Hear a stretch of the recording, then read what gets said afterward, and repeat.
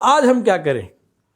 کوئی پریشانی ہو، کوئی غم ہو، درود شریف کا ایک خاص بلکہ خاص الخاص فائدہ، درود شریف پڑھنے کا ایک خاص الخاص فائدہ سمجھ لیجئے۔ حضور پاک صلی اللہ علیہ وسلم مکارم اخلاق کی تعلیم دینے کے لیے آئے، اور سب سے زیادہ اخلاق آپ کے ہیں، قرآن کے اندر آتا ہے وَإِنَّكَ لَعَلَىٰ خُلُقٍ عَظِيمٍ۔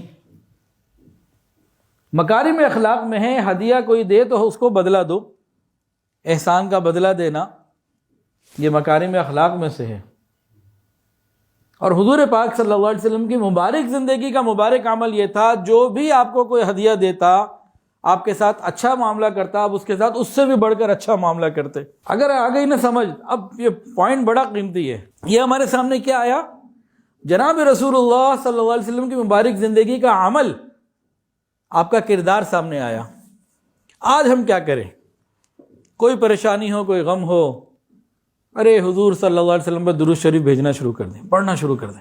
یہ کیا ہے؟ یہ ہدیہ جا رہا ہے دربار رسالت میں، یہ آپ کا ہدیہ جا رہا ہے روضہ رسول میں۔ جب وہاں پہنچے گا تو ہمارے اور ہمارے والد کے نام کے ساتھ پہنچے گا۔ تو جب حالات بھی پیر اور جمعرات کو وہاں پیش ہوتے ہیں، درس غم کی حالت میں جب ہدیے بھی جا رہے ہوں گے، تو پھر حضور پاک صلی اللہ علیہ وسلم کی زندگی پر عادت یہ رہی۔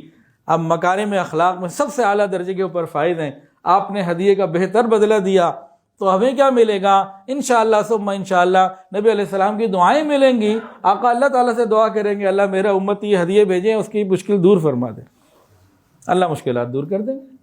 ذرا اس نیت سے پڑھیں تو صحیح۔ تو رات کو سوتے ہوئے درود شریف بھی پڑھ لیں، دن میں کبھی کوئی غم کی کیفیت ہو درود پاک پڑھیں تو صحیح۔ ویڈیو